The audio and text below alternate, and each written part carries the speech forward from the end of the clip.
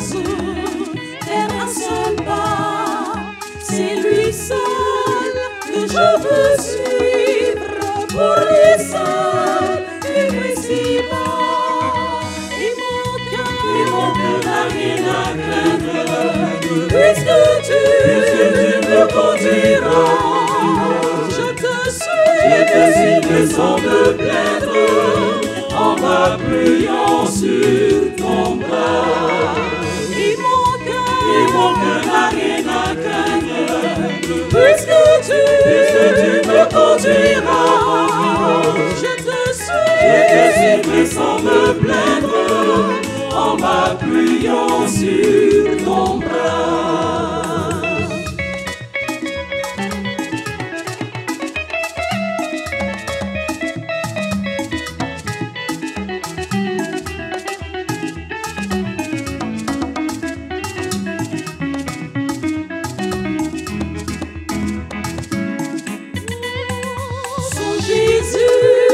Je peux vivre, je n'ose faire un seul pas.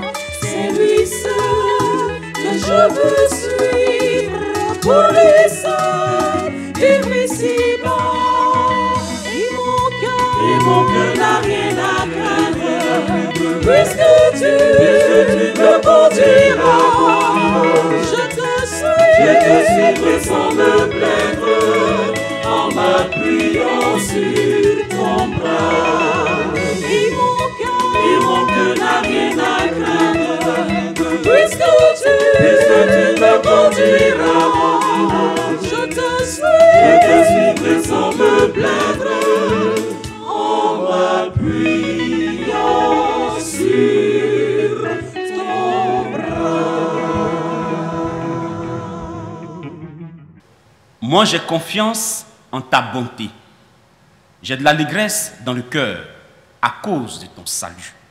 Je chante à l'Éternel car il m'a fait du bien. La grâce et la paix vous sont données de la part de Dieu le Père et de Jésus-Christ, notre Seigneur. Amen. Invoquons le Seigneur.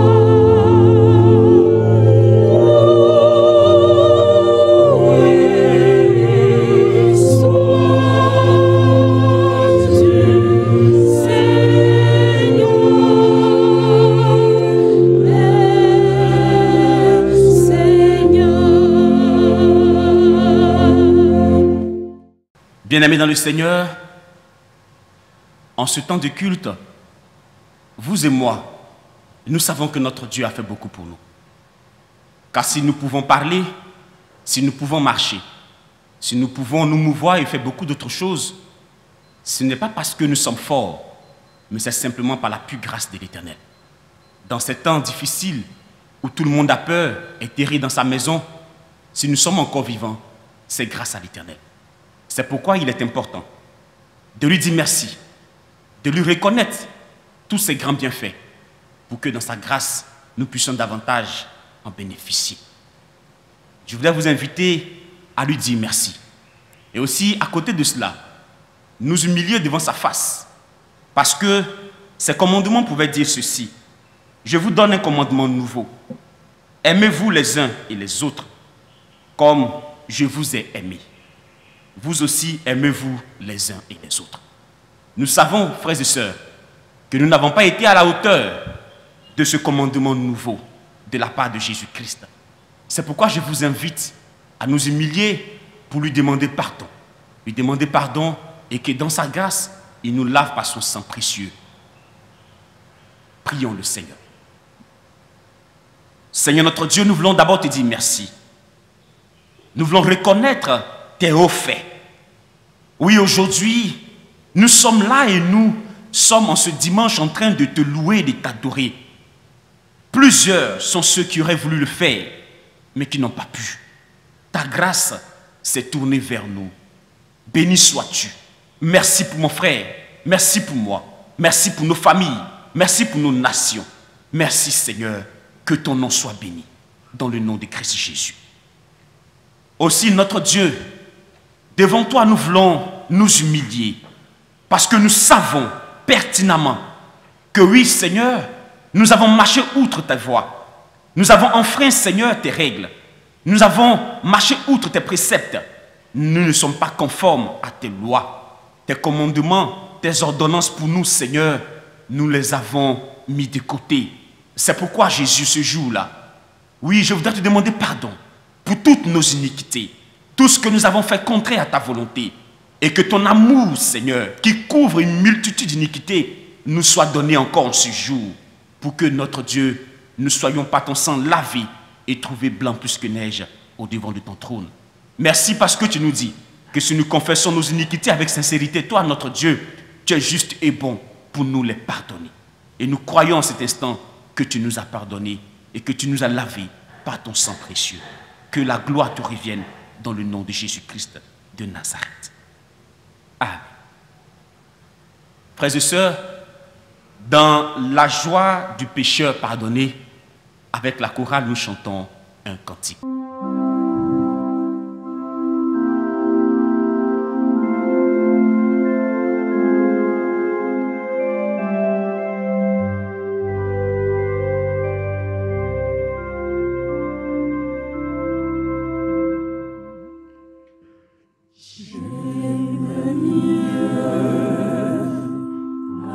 Avoir Christ,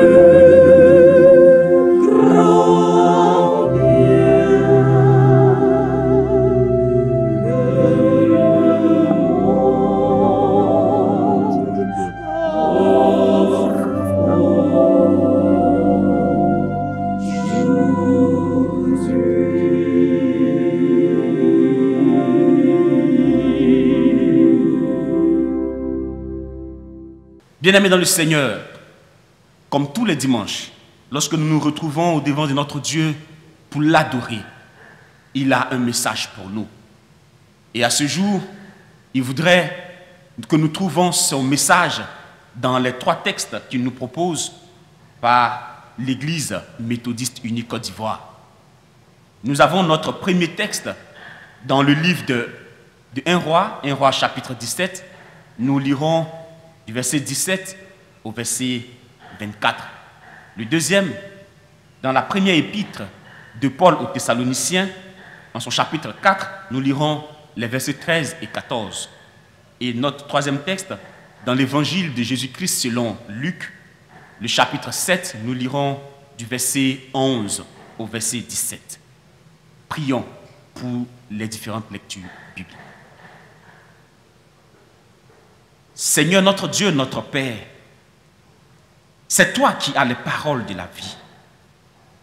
Et notre Dieu, quand nous nous retrouvons devant toi, c'est toi qui guides nos pas mal assurés au travers de ta parole. Voici, Seigneur, celle que tu nous donnes. Et tu voudrais que, Seigneur, nous en prenions connaissance. Viens nous donner de pouvoir les lire pour la gloire de ton nom. Amen. Bien-aimés dans le Seigneur, nous avons annoncé 3 textes. Mais pour la circonstance, nous lirons que le texte de l'évangile de Jésus selon Luc, Luc en son chapitre 7, verset 11 au verset 17. Et là, il est écrit: le jour suivant, Jésus alla dans une ville appelée Naïn. Ses disciples et une grande foule faisaient route avec lui. Lorsqu'il fut près de la porte de la ville, voici on portait en terre un mort, fils unique de sa mère qui était veuve.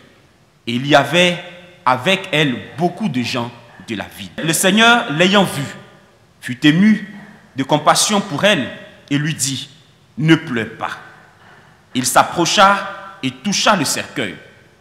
Ceux qui le portaient s'arrêtèrent et il dit: jeune homme, je te le dis, lève-toi. Et le mort s'assit et se mit à parler. Jésus le rendit à sa mère. Tous furent saisis de crainte et ils glorifiaient Dieu, disant: un grand prophète apparut parmi nous et Dieu a visité son peuple. Cette parole sur Jésus se répandit dans toute la Judée et dans tout le pays d'alentour.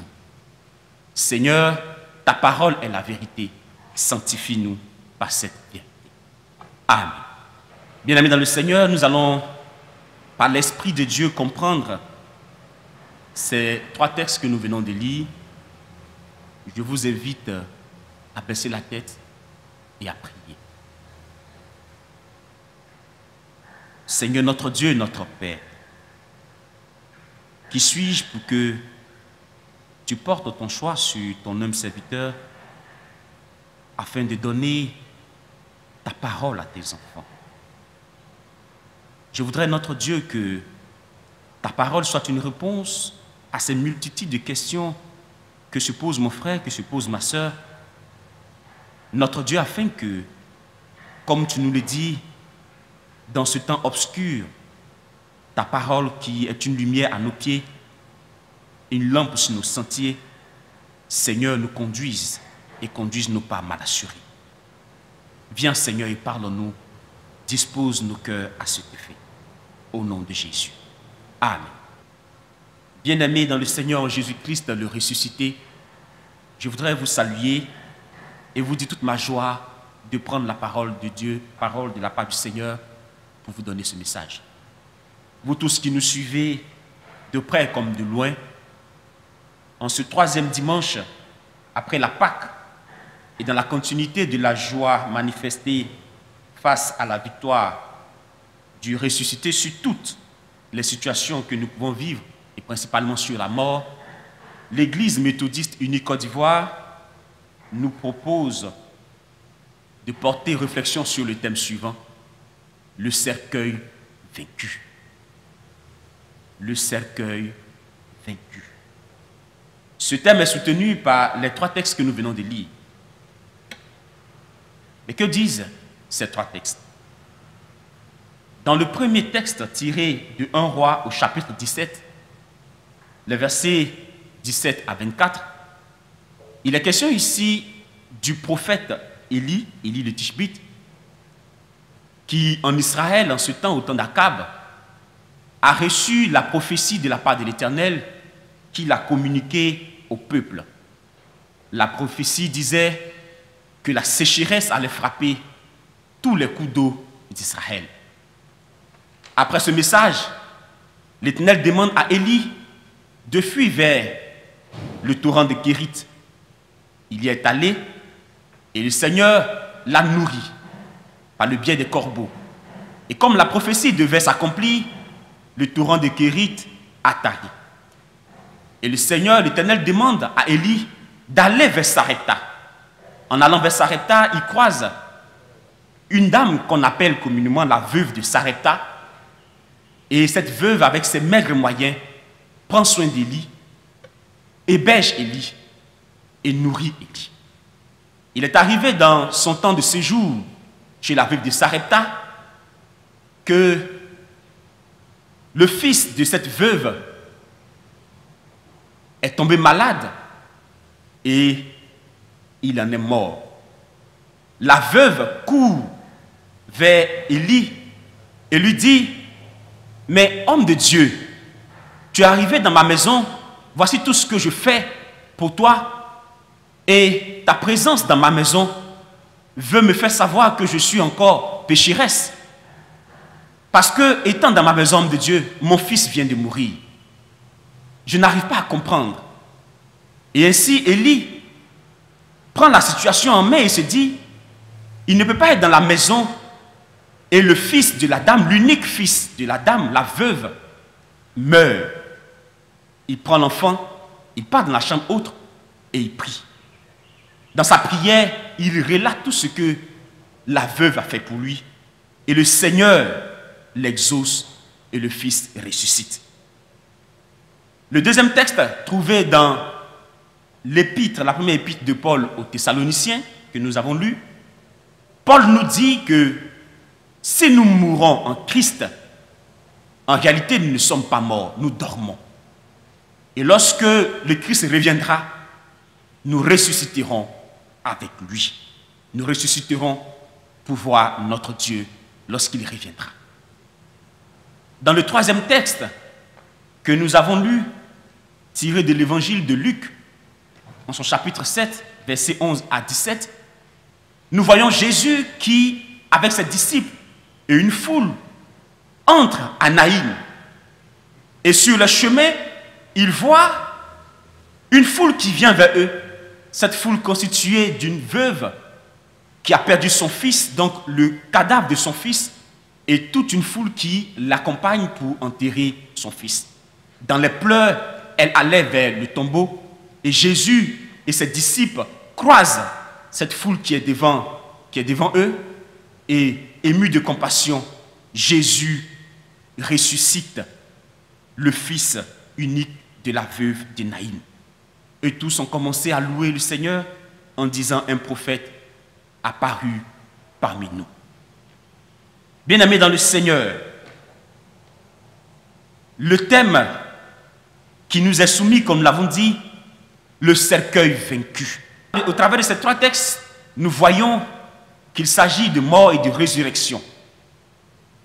Mais pourquoi parle-t-on du cercueil vaincu, même si c'est vrai, il s'agit de résurrection? Pour qu'ensemble nous puissions avancer d'un même pas dans notre réflexion, je voudrais vous proposer la démarche suivante.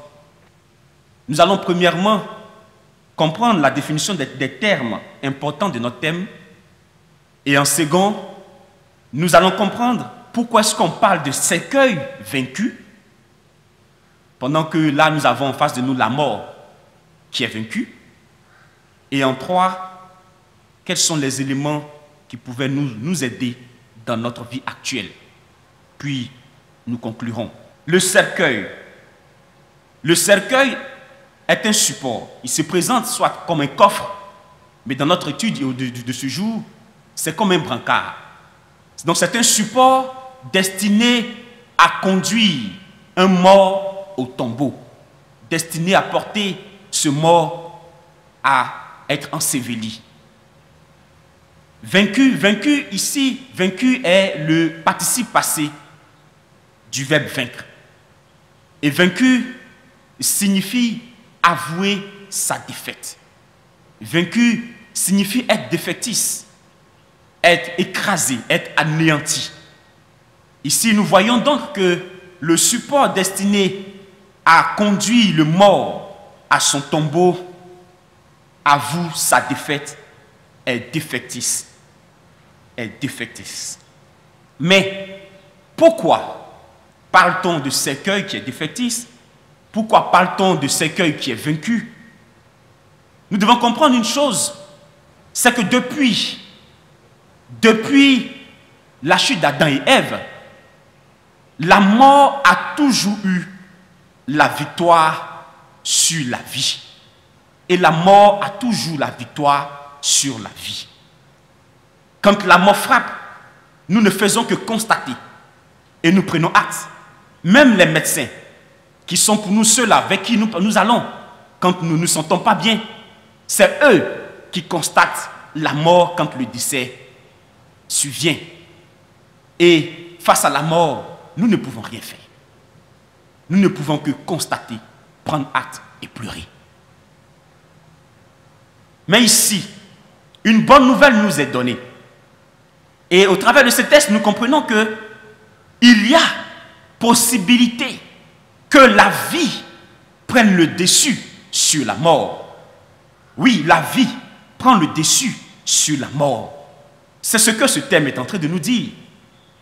Jésus, avec ses disciples, tout joyeux, sortant de Capernaüm, parce qu'à Capernaüm, les disciples viennent de voir un miracle se produire. Jésus a guéri le fils du centurion. Donc, allant vers Naïm, les disciples certainement étaient en train de relater chacun à son niveau comment est-ce que le miracle s'est produit, ce que chacun a vu. Et dans la joie, ils partaient vers Naïm. Jésus étant devant, et les disciples et la foule qui l'accompagnent derrière. Et ils avancent tous joyeux. Mais à l'arrivée, à l'entrée de Naïm, on croise une foule qui arrive et qui vient croiser Jésus. Mais contrairement à ce cortège de Jésus qui avance tout joyeux, le cortège qui est en face est tout triste. Est tout triste. Et on pouvait entendre des pleurs. On pouvait entendre des personnes pleurer. Et au devant de ce cortège, on a une femme qui encore pleure plus que les autres. Elle pleure et elle pleure. Et on voit que ce cortège, il est sombre. Et dans ce cortège, on peut observer qu'une personne est couchée sur un brancard. Et il semble que cette personne-là est inerte. On comprend tout de suite qu'il s'agit de la mort qui vient de frapper. Et la femme devant ce cortège est forcément la principale touchée par cette mort. Je pouvais entendre cette disciple qui se disait, mais certainement, elle a perdu son mari. Certainement, elle vient de perdre son fils. Chacun se disait de ce qu'il pouvait penser. Il pouvait essayer de trouver, de trouver ce qui se passe. Mais le constat est que cette femme est en train de pleurer et elle souffre amèrement. Alors Jésus qui s'approche avec ses disciples de cette foule est ému de compassion. Et il est ému et tout de suite il comprend la situation. Tout de suite il comprend que quelque chose de fort s'est passé. Et quand il arrive devant cette dame, il dit, ne pleure plus. Ne pleure plus. Ne pleure plus de Jésus n'est pas semblable à notre ne pleure plus. Comme pour dire, oui, écoute, ne pleure plus, ainsi va la vie. Ce sont des choses qui arrivent. Notre Dieu a donné, Dieu a repris. Et vraiment, Yako, et sois forte, et Dieu, le Seigneur te fortifie. Mais le ne pleure plus de Jésus était pour dire, non, ne pleure plus parce que tu n'as plus de raison de pleurer, je suis là. Moi, le Seigneur, je suis là, tu n'as plus de raison de pleurer. Trouve maintenant de la force à manifester ta joie. Même si tu n'as pas encore vu, mais tu verras cela se réaliser. Le ne pleure plus de Jésus était pour dire à cette femme, non, tu changes maintenant de pôle. Parce que de ta tristesse, tu entreras maintenant dans une joie. Moi, Jésus, je suis là. Alors quand il lui dit, ne pleure plus, Jésus laisse maintenant la dame et il se dirige tout droit vers la racine de son mal. Je voudrais dire quelque chose à quelqu'un ce matin. Quand tu croises le Seigneur Jésus dans ta vie, et quand tu croises Jésus, je ne dis pas que tu passes à côté de Jésus. Lorsque ton chemin, sur ton chemin, se trouve Jésus, et que vous devez vous croiser nez à nez, si tu es dans une situation comme cette dame, Jésus ne va pas te laisser. Il viendra te dire un mot, et il ira tout droit vers la racine de ton mal. Jésus va vers la racine de son mal. Jésus arrive donc vers le cercueil, et il ne parle même pas à la foule. Il ne dit rien au porteur. Il touche le cercueil et automatiquement, le cercueil s'arrête. Les porteurs même ne font même plus un pas. Et il dit un mot à l'enfant. Jeune homme, lève-toi. Et il se lève. Et il se met à parler. Et Jésus donne l'enfant à sa mère. Et tout le monde est dans la joie. Et nous comprenons que tous ceux qui étaient là, même la veuve, même les porteurs, personne n'avait déjà vu Jésus. Parce qu'ils trouvent, ils disent, voici un prophète nous a paru. Pour eux, c'est la première fois qu'ils voient Jésus. Nous ne sommes pas dans un contexte où les personnes connaissent Jésus. Ils voient Jésus pour la première fois et ils sont émus. Ils sont dans la joie parce que Jésus vient de faire un miracle devant eux. Oui, frères et sœurs, le Seigneur s'est souvenu et il a vu la dame. Dans les récits de résurrection, il y a toujours quelque chose qui est poussé à son paroxysme. Les récits de résurrection sont toujours des récits d'extrême. Mais aujourd'hui, ce récit de la veuve de Naïm et de la veuve de Sarepta, oui, ces récits parlent en tout point vraiment des situations extrêmes. Nous avons ici ces veuves-là qui ont perdu leur mari. Ces veuves qui ont perdu leurs différents époux et qui sont dans une pauvreté extrême. Ces personnes sont au bas de l'échelle sociale. Et à l'époque, l'État n'a pas de programme pour aider ces personnes démunies. Elles sont livrées à elles-mêmes. Elles sont livrées à la solidarité familiale. Mais ici, on parle de quelle famille? Il n'y a pas de famille. La grâce s'est manifestée vers elles. Et elles ont eu qu'un seul fils. Chacun a eu son fils, mais son fils unique. Personne ne pouvait les aider. Et ces dames ne comptaient que sur le fils, c'était leur source de joie. Voici le lendemain de leur joie.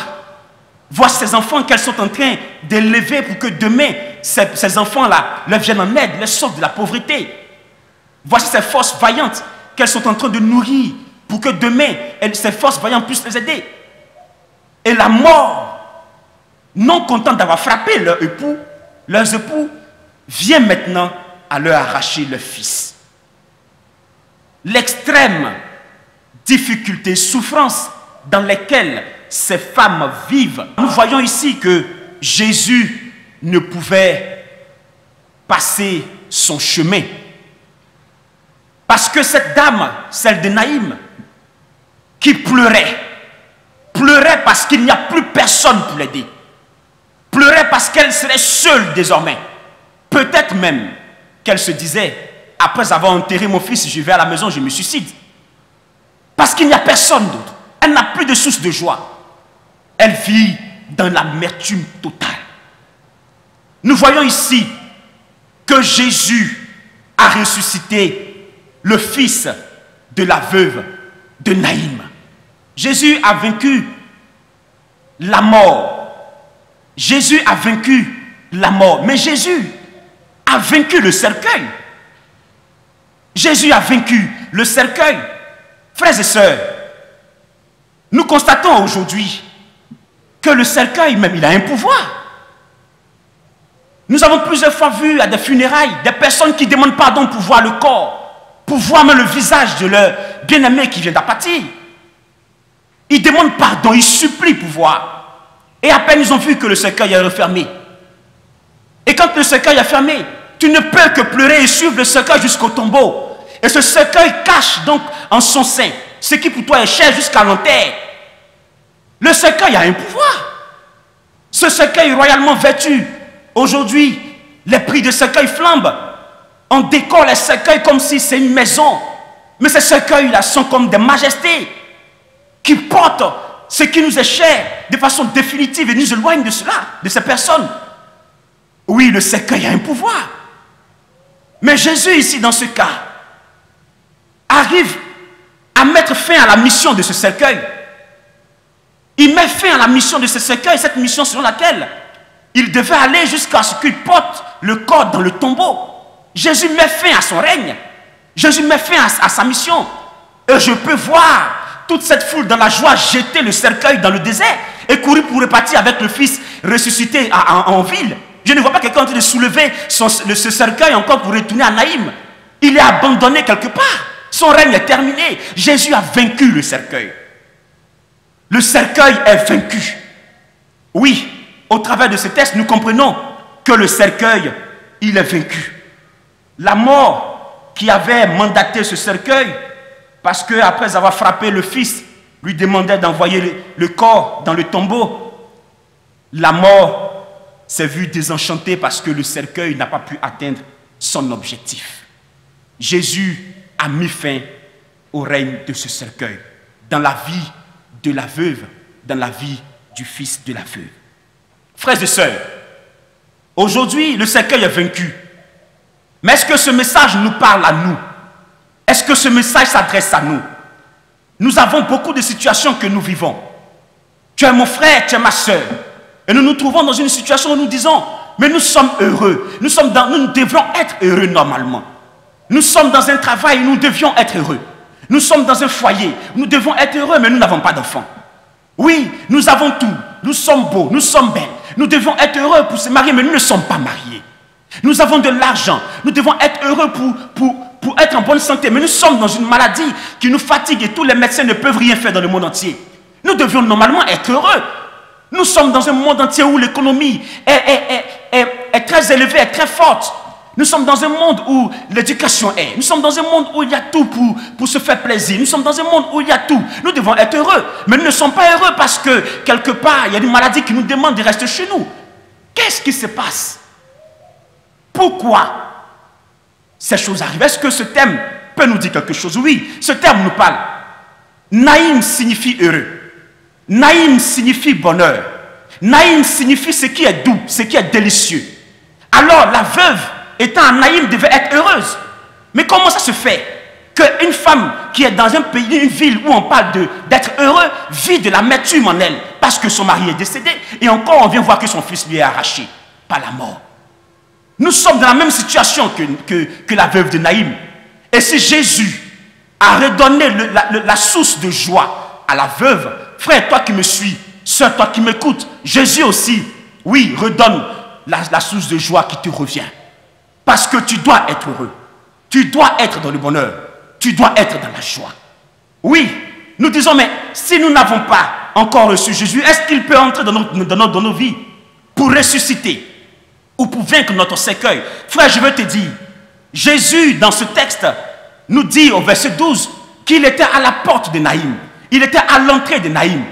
Jésus se trouve à la porte de ton cœur et il frappe. Si tu lui ouvres la porte et qu'il entre, lui, il va souper avec toi et toi avec lui. Il rentrait à Naïm. Et c'est en entrant à Naïm qu'il a fait ce miracle. C'est en entrant à Naïm qu'il a ressuscité, qu'il a vaincu le cercueil. Jésus entre dans ta vie. Il va vaincre et il vainc ton cercueil. Le cercueil qui te fatigue et qui te plonge dans la tristesse, il le détruit et il le vainc. Accepte Jésus et tu verras la gloire de l'Éternel. Nous nous disons, mais nous allons à l'église, nous payons nos dîmes, nous chantons dans la chorale, nous sommes prédicateurs. Nous avons une activité dans l'église, ou même nous sommes simples fidèles, mais nous sommes toujours à l'église. Mais c'est nous qui vivons des difficultés, des tristesses, de l'amertume. Nous avons plusieurs cercueils dans nos vies qui nous fatiguent et qui emportent nos sources de joie. Pourquoi nous crions et Jésus ne nous exauce pas? Je vais te dire quelque chose. La veuve de Sarepta, elle a servi Dieu. En recevant le prophète Élie, elle servait Dieu. Elle a nourri avec ses maigres moyens Élie. Dans le désert, là où il n'y a pas d'eau, elle allait puiser de l'eau pour Élie. Mais lorsque son fils est décédé, c'est ce qu'elle a fait que Élie a pris pour s'exprimer, pour prier devant l'Éternel. Il s'en est servi pour présenter la doléance à l'Éternel. Et Dieu l'a exaucé et le fils est ressuscité.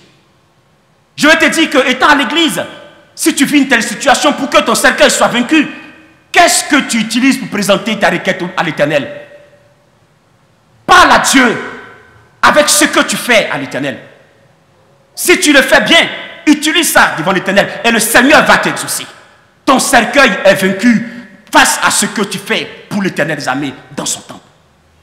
Alors celui qui m'écoute, qui dit, mais moi, je ne suis pas là à l'église, je ne vais pas à l'église, est-ce que mon Dieu, il a un message pour moi? Oui, il a un message aussi pour toi. La veuve de Naïm, nous venons de comprendre qu'elle ne connaissait pas Jésus. La Bible ne nous dit pas grand-chose sur sa connaissance de Jésus ou pas. Mais nous venons de comprendre en bas que le peuple qui était avec elle et tout le monde, il découvrait Jésus. Comme toi, tu es en train de découvrir ce message ce matin. Tu viens de croiser Jésus. Oui, frères et sœurs, nous voulons te dire quelque chose. Toi aussi, Jésus est prêt à vaincre ton cercueil. Quel est ton problème? Exprime-lui ton problème et tu verras que le problème n'a pas de pouvoir au nom de Jésus. Également, nous nous posons la question, nous disons, mais je tourne en rond, je fais tout mais rien ne marche. Je fais tout mais rien ne marche. Frère, je vais te dire quelque chose. Nous sommes les porteurs, nous sommes nous-mêmes les porteurs de notre cercueil. Nous sommes nous-mêmes porteurs de notre cercueil. C'est nous-mêmes qui conduisons notre âme à la mort. C'est nous-mêmes par notre arrogance. C'est nous-mêmes par notre fierté, par notre orgueil, par le souci de courir vers l'argent. C'est nous-mêmes qui portons, oui, notre âme à la mort. Nous allons dans les sectes. Nous faisons ceci, nous faisons cela. Nous consultons les occultistes. Oui, c'est nous-mêmes qui sommes les porteurs de notre propre cadavre. Ici, nous voyons ces porteurs-là. Lorsque Jésus est arrivé devant le cercueil, qu'il a touché le cercueil, ils ont obéi. Ils se sont arrêtés. Frère, tu entends ce message ce matin. Et tu souffres, mais tu ne veux pas accepter que Jésus agisse dans ta vie. Tu es le porteur de toi-même ton propre cercueil. Accepte, arrête-toi devant le Seigneur et laisse-le travailler dans ta vie. Nous avons vu récemment sur Facebook des porteurs de cercueil en train de danser. Mais ils sont en train de faire le travail. Imaginez que Jésus les croise et puis les dise. Et même s'il ne dit pas, il les croise et puis il veut ressusciter les morts. Ils vont lui dire, on ne te connaît pas, laisse-nous faire notre travail. On est payé pour ça. On est payé pour ça. Laisse-nous faire notre travail, ne nous embête pas. Mais c'est comme ça que nous nous comportons. Nous dansons avec notre cercueil. Lorsqu'on nous parle de sortie de la secte dans laquelle nous sommes, nous disons, nous voulons atteindre une ascension sociale. Nous sommes à la recherche d'un poste élevé. Nous voulons être riches. Nous voulons être ceci. Nous courons vers quelque chose qui est inutile. Et nous dansons avec notre cercueil, pourtant nous cherchons une solution en Jésus. Soyons comme ces porteurs-là qui s'arrêtent quand Jésus touche le cercueil.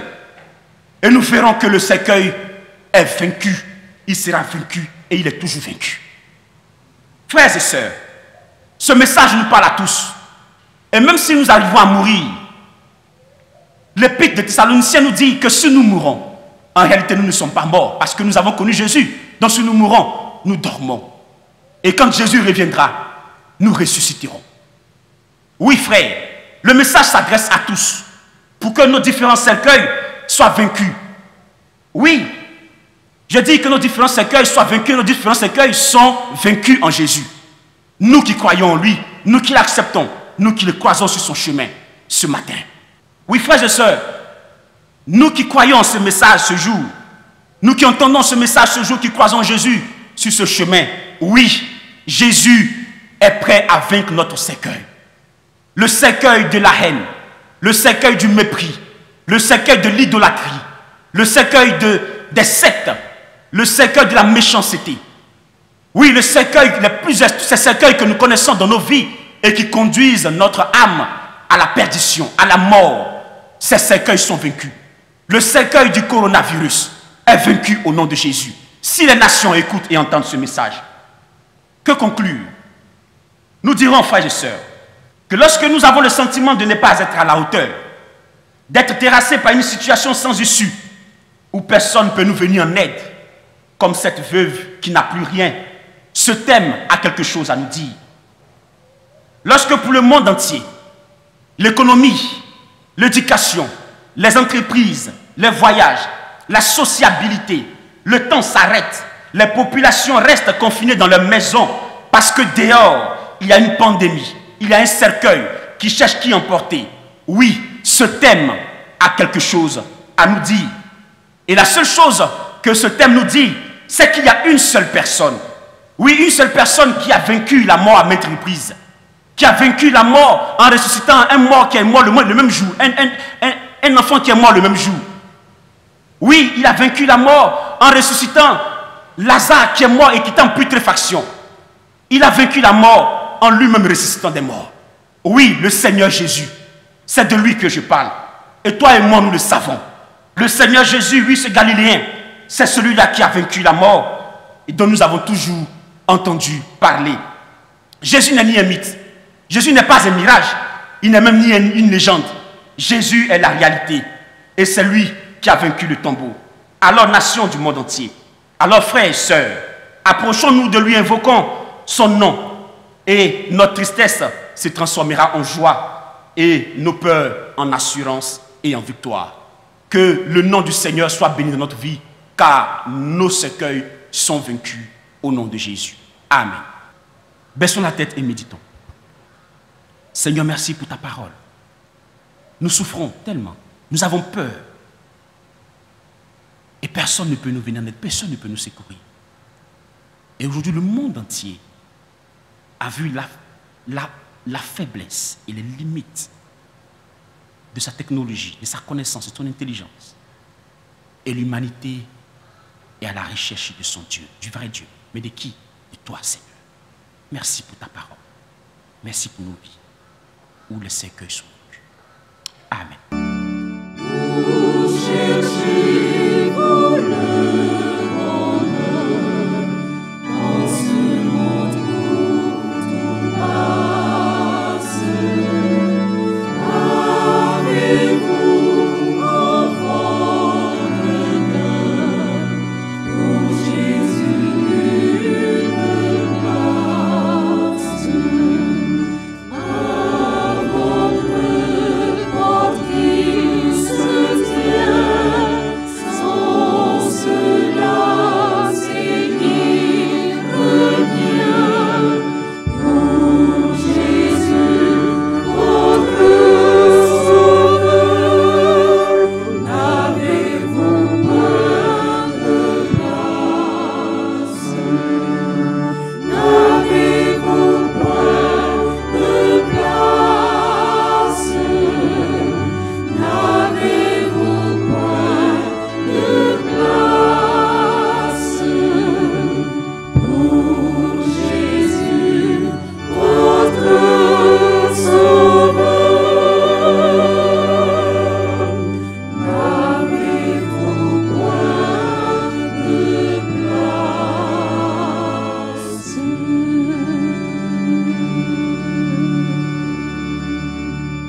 Frères et sœurs, nous allons prier le Seigneur. Nous allons prier pour 3 sujets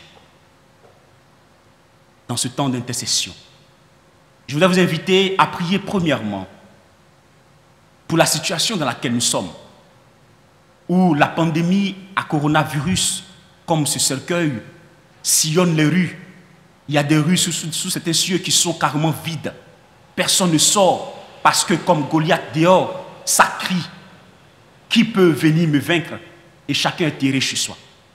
Tu vas prier le Seigneur afin que la puissance de Dieu vainque ce cercueil et que la joie nous soit redonnée comme cette veuve de Naïm qui a retrouvé sa joie. Prions le Seigneur. Oui, notre Dieu, notre roi. Goliath a crié en Israël. Tout le monde, chacun restait chez lui. Il criait, personne ne pouvait le vaincre. Et tu as suscité. David s'est planté devant Goliath avec seulement des pierres et il a vaincu Goliath. Aujourd'hui, Seigneur, nous ne sommes pas seulement en Israël, mais la planète, le monde entier a un Goliath dans les rues qui crie et personne ne peut sortir contre ce Goliath. Cette maladie crie depuis des mois. Et personne ne peut se mettre devant cette maladie. Au contraire, nous nous cachons tous. Nous n'arrivons même pas à saluer notre frère. Nous n'arrivons même pas, Seigneur, à embrasser nos enfants. Même dans nos maisons, nous entendons la voix de cette maladie. Oui, notre Dieu, notre Père. Qui peut nous aider? Et qui peut nous sauver? si ce n'est que toi seul.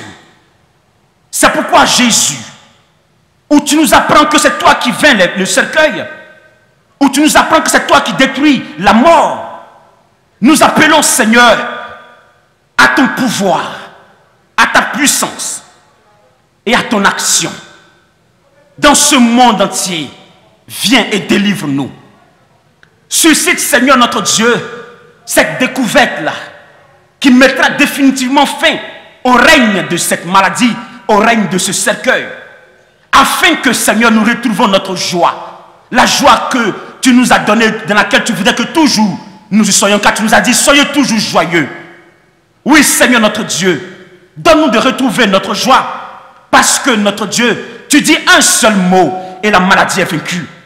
Merci parce que, Seigneur, tu parles, Seigneur, à ces chercheurs, tu parles à ces scientifiques, tu parles à ces médecins, et tu donnes, Seigneur, notre Dieu de gloire, cette découverte, comme les pierres que tu as conseillées, tu as inspirées à David. Oui, notre Dieu, tu donnes, Seigneur, cette découverte, et tu libères le monde entier de cette pandémie. Par ta puissance, notre Dieu, descends dans les rues et croise cette maladie et anéantis-la, afin que notre Dieu n'entende plus parler des nouveaux cas contaminés, mais Seigneur, et aussi qu'on entende parler des guérisons qui s'opèrent de ceux qui sont malades. Mets fin à cette maladie au nom de Jésus. Merci, Seigneur, parce que c'est seulement en toi que nous avons la guérison et la délivrance. Amen. Bien-aimés, nous prions pour notre deuxième sujet. Nous prions pour ces personnes qui sont malades, malades du coronavirus. Nous prions pour ces personnes qui sont malades aussi d'une maladie incurable quelconque. Nous prions pour toutes ces personnes qui souffrent aussi du fait du coronavirus parce que les entreprises, ça ne marche pas. Nous prions pour ces personnes aussi qui souffrent parce que dans les foyers, elles n'arrivent pas à avoir d'enfants. Le cercueil est là. Nous prions pour ces personnes qui souffrent parce que quelque part, elles n'arrivent pas à changer de vie. L'arrogance, la haine, le mépris, oui, elle est cercueil. Nous prions pour ces personnes qui sont en proie aux œuvres de la sorcellerie. Nous prions pour ces personnes qui souffrent d'une quelconque souffrance parce que le cercueil est dans leur vie. Pour que le Seigneur les délivre. C'est toi, notre Dieu, qui a les paroles de la vie et qui a les paroles de la délivrance. Toutes ces personnes que nous venons de citer, tu les vois et tu les connais. Dans les hôpitaux qui sont couchés, il n'y a personne pour les aider. On interdit même, Seigneur, les visites. Elles sont seules, ces personnes. Oui, notre Dieu, qui peut les aider si ce n'est que toi qui peux y entrer et dire un mot afin que notre Dieu, là où les médecins se disaient, ça n'est fini pour toi, mais toi, Seigneur, tu leur donnes la vie et la guérison. Merci de vaincre leur cercueil. Seigneur, pour ces femmes qui ont besoin, notre Dieu, d'enfanter, oui, que ce cercueil se balade, Seigneur, elles sont tout le temps dans la tristesse. Fais ce miracle dans leur vie. Nous te prions pour toutes ces personnes qui souffrent d'une manière ou d'une autre. Jésus de Nazareth, étends tes mains et glorifie ton nom dans leur vie. Que ce cercueil qui les plonge dans l'amertume, dans la tristesse, oui, soit vaincu au nom de Jésus. Cercueil, tu es vaincu au nom de Jésus parce qu'en ce jour-là, oui, notre cortège t'a croisé le Seigneur Jésus et il a touché ce cercueil que tu es et tu es vaincu au nom de Jésus. Oui, Seigneur, merci pour la délivrance que tu apportes à nos vies et la joie que tu remets dans nos cœurs pour que nous puissions toujours te louer. Que la gloire te revienne au nom de Jésus. Amen. Frère, notre troisième sujet, nous prierons pour nous-mêmes. Chacun va parler de sa situation à Dieu. Chacun va se confier à l'Éternel. Et son cercueil sera vaincu. Nous prions le Seigneur. Oui, Père, tu nous connais. Et tu connais chacun de nous. Tu sondes nos cœurs, Seigneur. Et tu vois les souffrances, les amertumes à l'intérieur de nous. Nous ne pouvons pas tous les citer, ces cercueils dans nos vies. Qui conduisent, oui, nos joies dans le tombeau et nous donnent une détresse, une tristesse indéfinie. Saint-Esprit, notre Dieu, notre roi, cet homme qui m'entend, cette sœur qui m'écoute, Seigneur, et qui est dans la tristesse ce jour, notre Dieu de gloire et de bonté, élève la voix avec toi, exauce ses prières, afin que notre Dieu, après ce temps de prière, ta servante et ton serviteur retrouvent la joie. Parce que Jésus, tu rencontres cette personne dans sa maison. Et tu rencontres cette personne ce jour. Et tu dis, ton cercueil est vaincu. Lève-toi et marche dans ta joie. Oui, notre Dieu, redonne vie. Fais refleurir le désert dans nos vies. Afin que la gloire te revienne. Béni sois-tu, notre Dieu. Que les pleurs s'arrêtent. Que les pleurs s'arrêtent, les lamentations, notre Dieu prenne fin.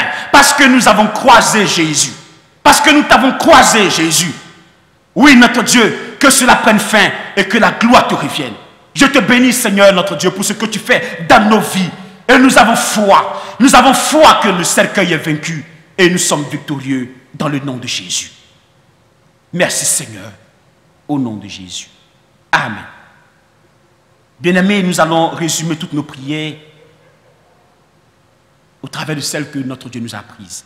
Notre Père qui es aux cieux, que ton nom soit sanctifié, que ton règne vienne, que ta volonté soit faite sur la terre comme au ciel. Donne-nous aujourd'hui notre pain de ce jour. Pardonne-nous nos offenses, comme nous pardonnons aussi à ceux qui nous ont offensés. Et ne nous soumets pas à la tentation, mais délivre-nous du mal. Car c'est à toi qu'appartiennent le règne, la puissance et la gloire pour les siècles des siècles. Amen. Frères et sœurs, dans la joie, c'est le moment pour nous de recevoir les offrandes, car il n'est pas bon de venir dans la maison de l'Éternel les mains vides. Nous faisons nos offrandes, vous voyez au bas de cette vidéo les numéros pour les offrandes via le mobile money. Et nous voulons aussi informer le peuple de Dieu du Jubilé qu'il y a un box à l'intérieur du temple qui permet de pouvoir y déposer son offrande. La chorale nous donne un cantique pour les offrandes.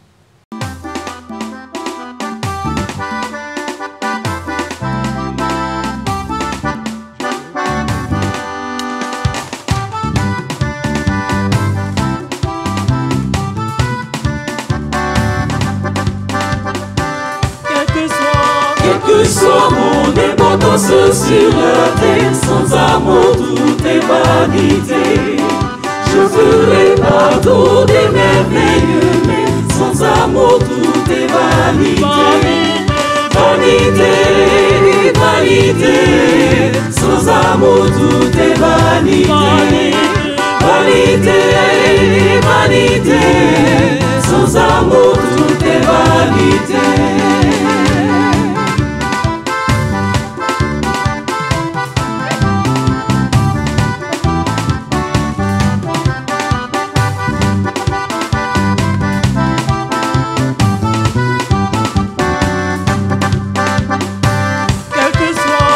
Que soit mon importance sur la terre, sans amour tout est vanité. Je ferai partout des merveilles, mais sans amour tout est vanité. Vanité, vanité, sans amour tout est vanité.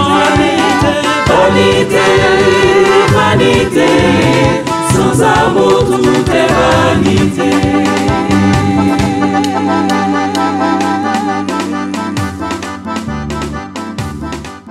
Consacrons nos offrandes à l'Éternel. Oui, Seigneur, notre Dieu, notre Roi, tu fais des grandes choses pour nous.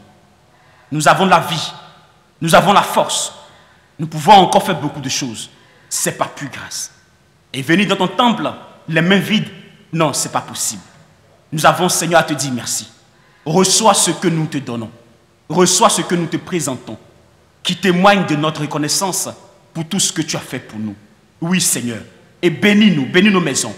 Et menace le dévoreur dans nos maisons pour que la gloire te revienne et que cette offrande, notre Dieu, serve à l'avancement de ton règne ici-bas, au nom de Jésus. Amen. Bien-aimés dans le Seigneur, nous sommes au thème de notre temps d'adoration. Recevez l'exhortation et la bénédiction de la part du Seigneur. La veuve de Sarepta a vu le cercueil vaincu, ce cercueil qui s'apprêtait à prendre son fils. La veuve de Naïm a vu le cercueil qui portait son fils. Ce cercueil est vaincu. Aujourd'hui, nous aussi, nous voyons que les cercueils de nos vies sont vaincus. Parce que Jésus est là et il les a vaincus. Que la grâce du Seigneur Jésus-Christ, l'amour de Dieu et la communion du Saint-Esprit soient avec vous dès maintenant et à jamais. Allez en paix.